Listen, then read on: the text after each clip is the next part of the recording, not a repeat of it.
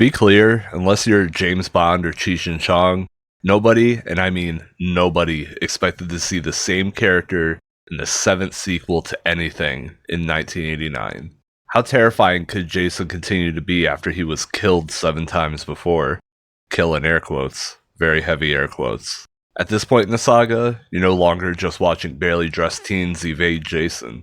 You're now rooting for Jason and the special effects team to thrill you with new methods of murder. After Part 7 was famously gutted by the MPAA, the filmmakers behind this installment had to rely on new creative methods of murder without relying on a boatload, see what I did there, of blood. The results are mixed, but Jason is having a blast offing Canadians.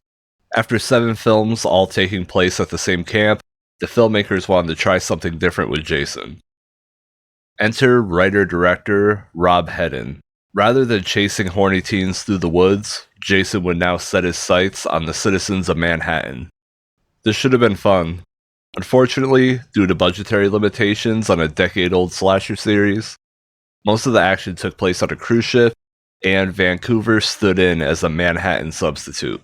To be fair, these spaces are utilized well, and Vancouver made a fine diet Manhattan. It wasn't filmed on an obvious soundstage like Halloween Resurrection, and you didn't see palm trees in middle America like A Nightmare on Elm Street. Still, we're left wondering, what if? What if Jason found himself on the Brooklyn Bridge, or fighting at Madison Square Garden like the original script offered? Jason didn't really take Manhattan in the final product. He more or less took a cruise from New Jersey to New York City. Before the Friday the 13th series was sold to New Line Cinema, the series had an undeniable feel to them. The first 4 in particular had a natural aesthetic and an almost simplistic look to them. Since the films took place in the middle of the woods, this also gave the films a realistic quality to them that barely ages, even almost 40 years later. The next few films ushered in brighter colors, attractive teens who could be models, and more emphasis on sex and over-the-top kills. While these changes seemed drastic, they still resulted in an undeniable Friday the 13th film because of their simpler premise. Jason kills teens in the woods. After the series was sold off to New Line Cinema, the premise and mythology of the series became more complicated than it needed to be. These newer films also had the look and feel of a modestly budgeted big studio film versus the indie feel of the Paramount era. 1989 was a transitional year for the horror genre. As the new decade was ushering in, the glory days of the slasher film was becoming less impactful. The 3 reigning kings of horror, Jason, Freddy, and Michael, all had great success with their efforts the year before, but rushed productions and general genre fatigue plagued their latest efforts.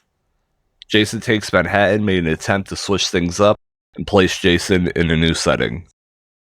Again, this should have worked, and perhaps for simple nostalgia's sake, it sort of does for me. However, as a whole, Jason going to Manhattan didn't fix any problems that plagued the latter half of the series. Undistinguishable characters, a complete lack of suspense, illogical plot holes, and no real stakes for Jason nor the other characters were on hand. No matter what, we knew Jason would come back for several more films and do the same thing the next year. Or so we thought. Poor box office returns led to Paramount Pictures selling the property to New Line Cinema. Jason Takes Manhattan was not the worst of the series. That honor goes to the next installment, Jason Goes to Hell, The Final Friday, for many people. As a bland of a film as it is, it does have a few highlights which make for a repeated viewing. Some of the kills, including a deadly TKO, are noteworthy, and Kane Hodder is clearly having a blast as Jason hacks his way through Manhattan. Even in the dinner scene where he battles future Jason portrayer Ken Kersinger is an enjoyable scene. Still, as a collective, Jason Takes Manhattan is like watching a once gorgeous Dodge Avenger, they still make those, right? Running out of gas on its way to the junkyard.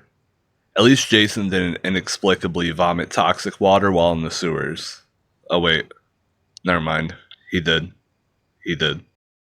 We hope you enjoyed this episode of PHASR Audio. This episode is based on the essay, Why Jason Takes Manhattan Isn't As Bad As You Say It Is, by Devin Baldwin.